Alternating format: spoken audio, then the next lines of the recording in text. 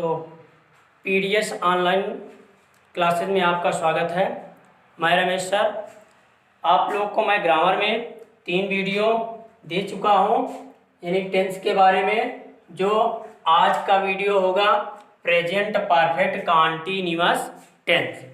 आज के वीडियो में हम आप लोग को प्रेजेंट परफेक्ट कॉन्टिन्यूअस टेंस के बारे में बताएंगे, क्योंकि इसके पहले वाले 3 वीडियो में हमने आपको present indefinite tense, present continuous tense और प्रेजेंट परफेक्ट टेंस के बारे में बता दिया है। तो इस वीडियो में आपका प्रेजेंट टेंस से यानी जो मुख्य 4 भेद थे, उसमें 4 भेद थे, तो ये अंतिम है, यानी चौथा नंबर है ये अंतिम। प्रेजेंट टेंस का चौथा मुख्य भेद क्या है? Present perfect continuous tense. तो इस वीडियो में मैं आपको प्रेजेंट परफेक्ट कॉन्टिन्यूअस टेंस के बारे में बताऊंगा। इसके बाद जो आपका स्टार्ट होगा नेक्स्ट टाइम पे जो होगा वो होगा आपका पास्ट टेंस से।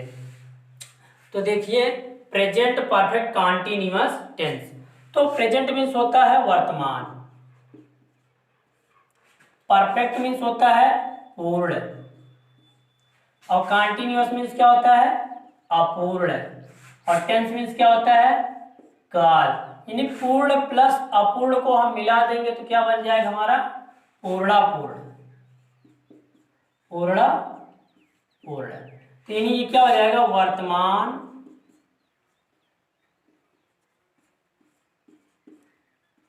पूर्ण काल। तो ये हमारा हो जाएगा वर्तमान, पूर्ण काल।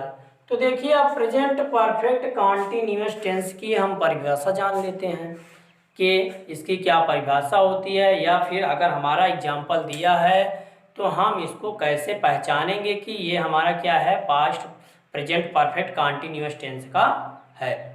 तो देखिए इसके परिभाषा में, यानी प्रेजेंट परफेक्ट कॉन्टिन्यूअस टेंस में हिंदी वाक्य के अंत में रहा, रही, रहे के बाद है, हूँ, हो दिया रहता है, तथा साथ ही साथ जारी यानी कार्य जारी रहने का समय भी दिया रहता है। उसे हम प्रेजेंट परफेक्ट कॉन्टिन्यूअस टेंस कहते हैं। तो यानी इसमें जो कार्य हमारा प्रेजेंट टाइम में चल रहा है उस कार्य को जारी रहने का समय भी दिया रहता है। ठीक है, तो हम परिभाषा इसकी देख लेते हैं।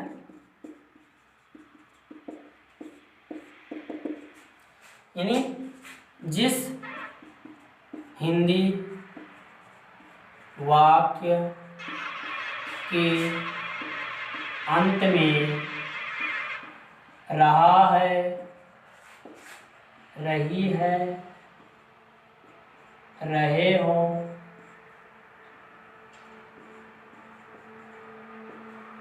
रहा हूँ,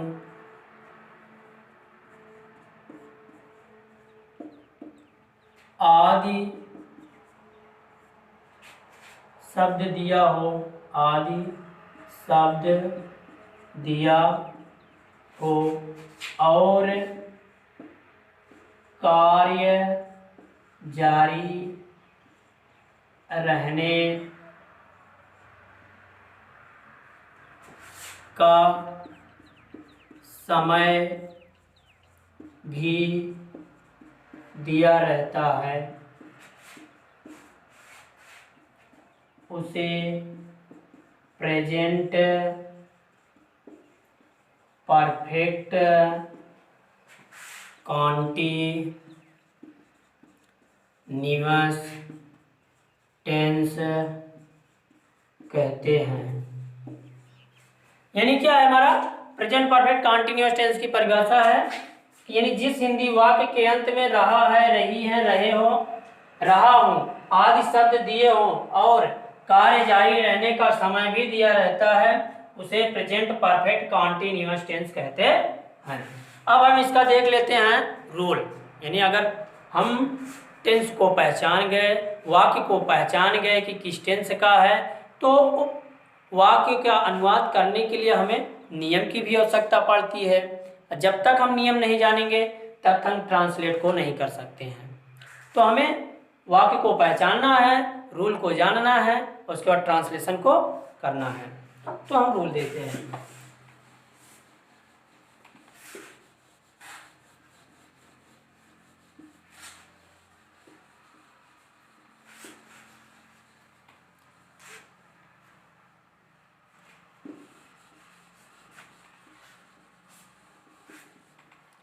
यानी रूल। रूल मतलब नियम।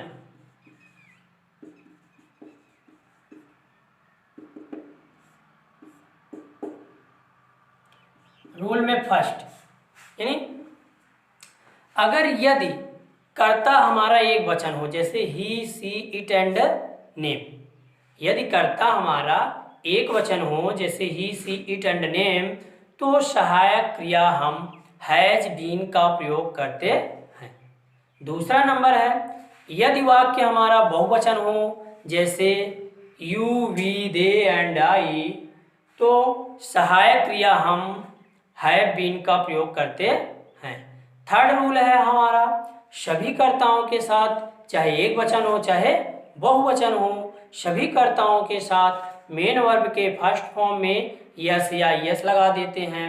अगला नियम है हमारा यानी निश्चित समय के लिए, निश्चित समय के लिए सिंस और अनिश्चित समय के लिए फॉर का प्रयोग करते हैं।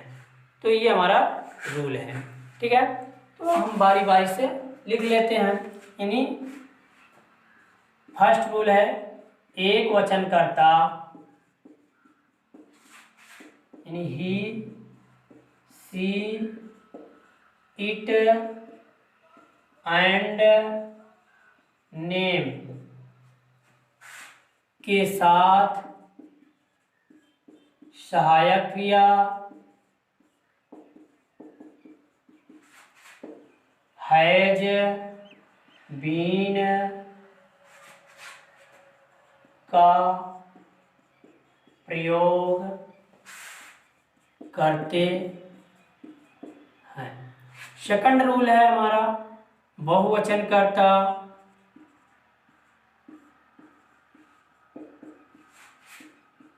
You, we, they and I के साथ सहायक क्रिया हैव बीन का प्रयोग करते हैं। थर्ड रूल है हमारा सभी कर्ताओं के साथ, यानी चाहे एक वचन हो चाहे बहुवचन हो, सभी कर्ताओं के साथ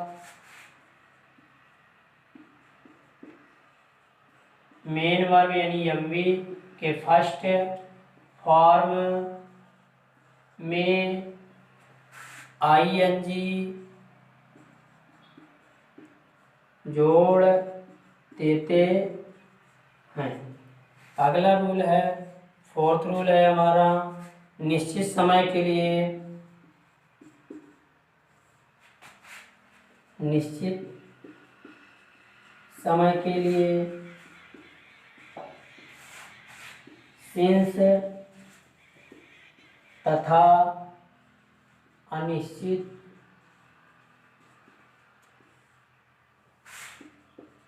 समय के लिए फॉर का प्रयोग करते हैं।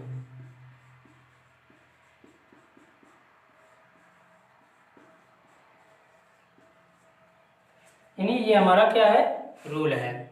फर्स्ट रूल क्या है एक वचन करता जैसे ही, सी, इट एंड नेम के साथ सहायक क्रिया हैज बीन का प्रयोग करते हैं। दूसरा है बहुवचन करता you, we, they and I के साथ सहायक क्रिया हैव बीन का प्रयोग करते हैं। तीसरा है सभी कर्ताओं के साथ मेन वर्ब के फर्स्ट फॉर्म में आईएनजी जोड़ देते हैं। और चौथा रूल है हमारा निश्चित समय के लिए सिंस तथा अनिश्चित समय के लिए फॉर का प्रयोग करते हैं। तो ये हमारा रूल है। अब ये रूल जान गए, परिभाषा जान गए, तो अब हम एग्जाम्पल को देखते हैं, एग्जाम्पल की ओर चलते हैं। यानी कोई भी टेंस हो, उन टेंस के अंतर्गत उनमें 4 प्रकार के वाक्य दिए रहते हैं। जैसे आपका है first number affirmative sentence, second number negative sentence, third number interrogative sentence और fourth number interrogative negative sentence. तो हम इन 4 प्रकार के टेंसों के बारे में जान लेते हैं एग्जाम्पल के द्वारा। तो चलते हैं, फर्स्ट है अफर्मेटिव सेंटेंस।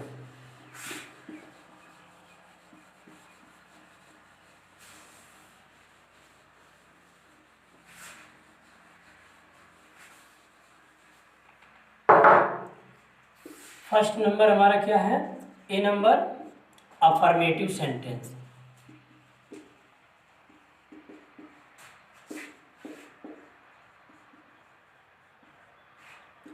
अफर्मेटिव सेंटेंस यानी सकारात्मक वाक्य।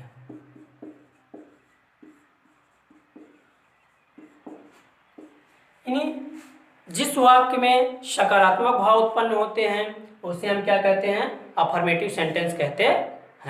तो एग्जांपल देख लेते हैं। एग्जांपल नंबर फर्स्ट, जैसे सीता 3 बजे से किताब पढ़ रही है। देखिए हमने आपको बताया है वाक्य के अंत में क्या रहेगा, रहा है, रही है, रहे हो, रहा हो आदि शब्द रहते हैं। और प्लस कार्य जारी रहने का समय भी दिए रहता है, कितना है, 3 बजे से। इससे हमका पता चला कि ये हमारा क्या है, प्रेजेंट परफेक्ट कंटीन्यूअस टेंस का है। तो हम आसानी से इसको कर सकते हैं रूल के द्वारा।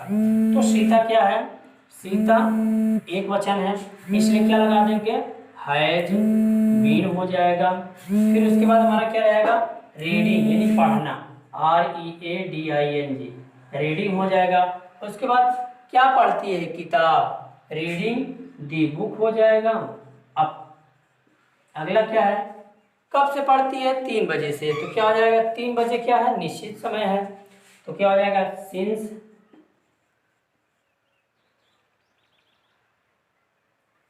3 o'clock,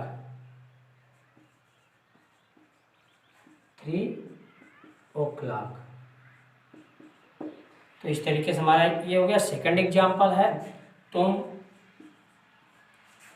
2 घंटे से मैच खेल रहे हो। तो 2 घंटे से मैच खेल रहे हो, तो हमारा क्या हो जाएगा, यू, उसके बाद बहुवचन है इसलिए हैव हो जाएगा, यू हैव बीन। फिर उसके बाद क्या हो जाएगा, प्ले होता है, ING जोड़ देंगे, क्या हो जाएगा, प्लेइंग दी मैच। उसके बाद कब से, 2 घंटे से, यानी 2 घंटे क्या है, अनिश्चित टाइम है, इसलिए हम क्या लगाएंगे, फॉर उसके बाद 2 hours, यस। तो ये हमारा क्या हो गया, अफर्मेटिव सेंटेंस हो गया। तो अफर्मेटिव के 2 एग्जाम्पल हमने समझ लिया। एक तो हमने फर्स्ट नंबर एक वचन में और सेकंड नंबर बहुवचन में। तो एक वचनकर्ता के साथ हैज बीन का प्रयोग होता है और बहुवचनकर्ता के साथ हैव बीन का प्रयोग होता है, ठीक है ना। इस तरीके से मैंने अफर्मेटिव सेंटेंस के बारे में समझ लिया। अगर इस तरीके से आपको अनुवाद दिए जाएंगे तो आप आसानी से इसको कर सकते हैं। तो अगला जो बी नंबर है वो है हमारा क्या, निगेटिव सेंटेंस। हम निगेटिव सेंटेंस के बारे में चर्चा करेंगे।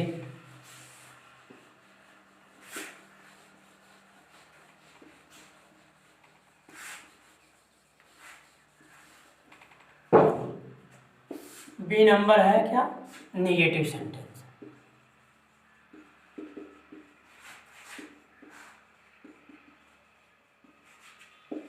निगेटिव सेंटेंस में तो होता है नकारात्मक वाक्य, यानी नकारात्मक वाक्य किसे कहते हैं, यानी जिस वाक्य में नहीं शब्द दिए हों उसे हम क्या कहते हैं, निगेटिव सेंटेंस कहते हैं, अर्थात नकारात्मक वाक्य कहते हैं।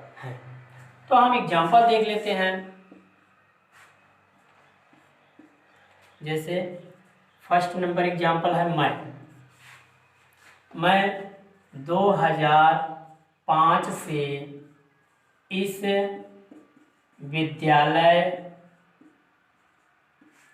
में नहीं पढ़ रहा हूँ। तो ये क्या हो गया, मैं 2005 से इस विद्यालय में नहीं पढ़ रहा हूँ, 2005 से समय दिया है, नहीं दिया है, निगेटिव सेंटेंस हो गया। तो इसको हम करेंगे आई। आई माने क्या होता है? मैं। आई बहुवचन है, इसलिए क्या हो जाएगा? हैव। फिर उसके बाद नॉट दिया है, तो बीन के पहले हम नॉट लगाते हैं। I have not been. फिर उसके बाद क्या हो जाएगा? पढ़ना, यानी रीडिंग इस स्कूल में, इन दिस स्कूल।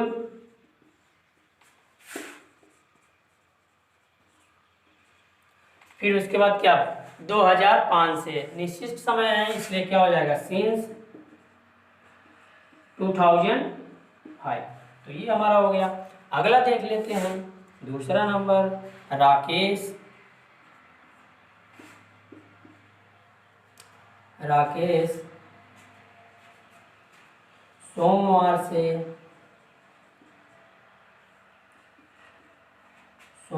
से बाजार नहीं जा रहा है। तो राकेश क्या है? एक वचन है, इसलिए क्या हो जाएगा? राकेश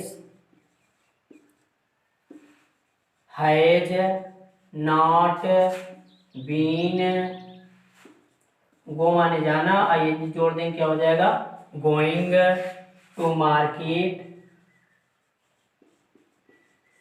कब? सोमवार से, यानी निश्चित समय है, इसलिए क्या हो जाएगा? Since Monday. तो इस तरीके से हम निगेटिव सेंटेंस को भी समझ लिए। अगर निगेटिव सेंटेंस में आपको अनुवाद दिया जाएगा तो आप आसानी से हल कर सकते हैं। अगला हम देखते हैं वाक्य क्या है? इंट्रोगेटिव सेंटेंस, यानी प्रश्नवाचक वाक्य।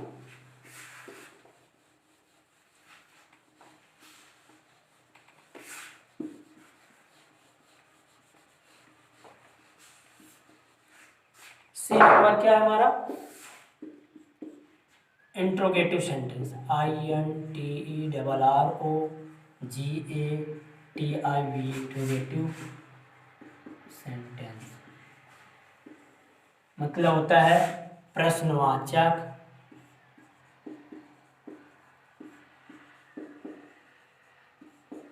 वाक्य। तो इंट्रोगेटिव सेंटेंस मतलब होता है प्रश्नवाचक वाक्य। अब हम देख लेते हैं इंट्रोगेटिव सेंटेंस की परिभाषा क्या होती है।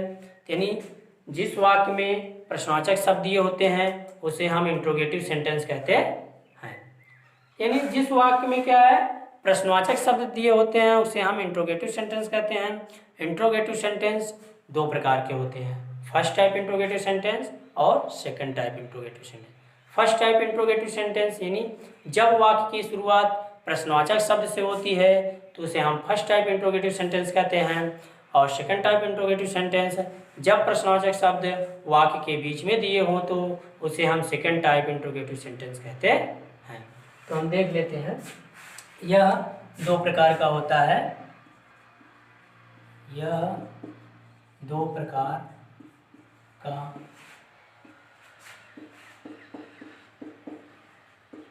होता है। फर्स्ट नंबर है first type interrogative sentence.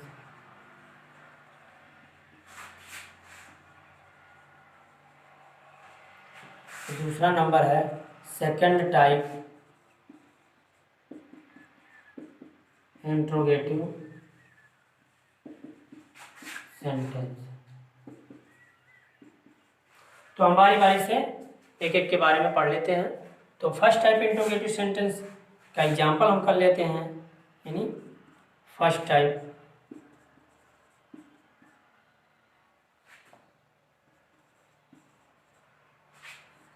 Interrogative sentence यानी जब वाक्य की शुरुआत प्रश्नवाचक शब्द से होती है तो उसे हम फर्स्ट टाइप इंट्रोगेटिव सेंटेंस कहते हैं। जैसे एक एग्जाम्पल के द्वारा हम देख लेते हैं।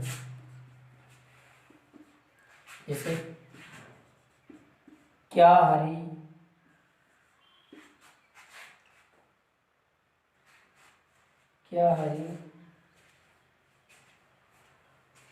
3 बजे से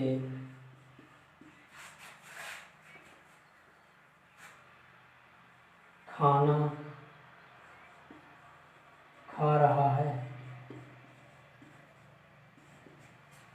मोस्ट इम्पॉर्टेंट चीज़ ये है कि अगर इंट्रोगेटिव सेंटेंस है तो उसके अंत में प्रश्नवाचक चिन्ह लगाना ना भूले। बहुत सारे बच्चे प्रश्नवाचक चिन्ह लगाने में कंजूसी करते हैं, तो इसलिए प्रश्नवाचक चिन्ह लगाना कभी भी ना भूले, प्रश्नवाचक चिन्ह जरूर लगाएं। तो क्या है, क्या शब्द से स्टार्ट हुआ है? सबसे पहले क्या हो जाएगा, हरी एक वचन है इसलिए क्या हो जाएगा हैज, फिर हरी, उसके बाद बीन, खाना खाना eating, EATING, eating the food. कब से? 3 बजे से, तो सिंस 3 o'clock। उसमें चिन्ह लगाना ना भूलें। तो ये हमारा क्या है, फर्स्ट टाइप इंट्रोगेटिव। अब सेकंड टाइप का देख लेते हैं।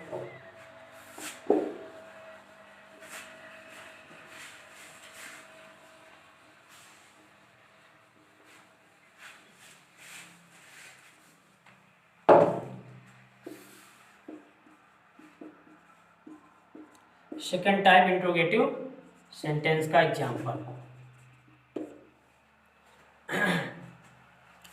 वे 4 बजे से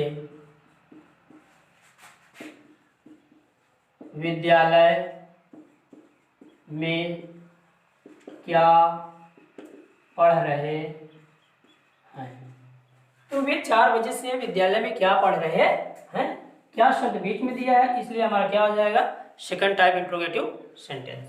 तो हम सबसे पहले क्या करते हैं, प्रश्नवाचक चिन्ह की और प्रश्नवाचक शब्द की अंग्रेजी से स्टार्ट करते हैं। तो व्हाट माने क्या होता है, व्हाट हो गया, दे क्या है, बहुवचन है इसलिए क्या हो जाएगा हैव, उसके बाद दे हो जाएगा, फिर क्या हो जाएगा बीन हो जाएगा, फिर उसके बाद क्या हो जाएगा पढ़ना, रीडिंग, इन द स्कूल यानी विद्यालय में, उसके बाद 4 बजे से सिंस 4 o'clock। प्रश्नवाचक चिन्ह लगाना ना भूलें, प्रश्नवाचक चिन्ह तो अंत में जरूर लगाएं। तो ये हमारा सेकंड टाइप हो गया। अब अगला जो है हमारा इंट्रोगेटिव निगेटिव सेंटेंस, उसको देख लेते हैं। उसको हम नोट के रूप में लिखा देते हैं, यानी नोट में यदि वाक्य क्या हो, इंट्रोगेटिव निगेटिव में हो तो नॉट का प्रयोग हम सब्जेक्ट के बाद करते हैं। तो नोट में लिख लेते हैं, नोट यदि वाक्य इंट्रोगेटिव निगेटिव में हो तो नॉट का प्रयोग सब्जेक्ट यानी कर्ता के बाद करते हैं। तो हम एक एग्जाम्पल के द्वारा इसको भी समझ लेते हैं। जैसे मोहन 2005 से इस विद्यालय में क्यों नहीं पढ़ा रहे। यानी मोहन 2005 से इस विद्यालय में क्यों नहीं पढ़ा रहे। क्यों शब्द भी दिया है, नहीं शब्द भी दिया है, इससे पता चलता है कि हमारा इंट्रोगेटिव निगेटिव सेंटेंस है। तो हमने आपको रूल में बताया है, यानी नोट में यदि वाक्य इंट्रोगेटिव निगेटिव में हो तो नॉट का प्रयोग सब्जेक्ट के बात करते हैं। तो वाई क्या है, बीच में दिया है तो सबसे पहले क्या हो जाएगा वाई, उसके बाद क्या हो जाएगा, फिर एक वचन है मोहन इसलिए हैज हो जाएगा, फिर क्या हो जाएगा हमारा सब्जेक्ट क्या है मोहन। तो हमने आपको बताया है सब्जेक्ट के बाद नॉट लगा देते हैं, उसके बाद क्या हो जाएगा बीन, फिर क्या हो जाएगा पढ़ाना, टीच माने पढ़ाना, TEACHING टीचिंग, हो जाएगा। In this school, in this school since 2005, question marks लगा देना भूले। इस तरीके से ये आपका प्रेजेंट परफेक्ट कंटिन्यूअस टेंस समाप्त हुआ। अगर मान लीजिए आपको इस टेंस में कोई प्रॉब्लम हो या टॉपिक ना समझ में आई हो या फिर आपको कोई दिक्कत हो तो उसको टॉपिक का समस्या का समाधान के लिए मेरे व्हाट्सएप नंबर 93 35 34 7105 पर SMS करके या कॉल करके समस्या का समाधान कर सकते हैं। सब्सक्राइब कीजिए हमारे चैनल को और बेल दबाना ना भूलें ताकि अगले वीडियो का नोटिफिकेशन आपको आसानी से मिल सके।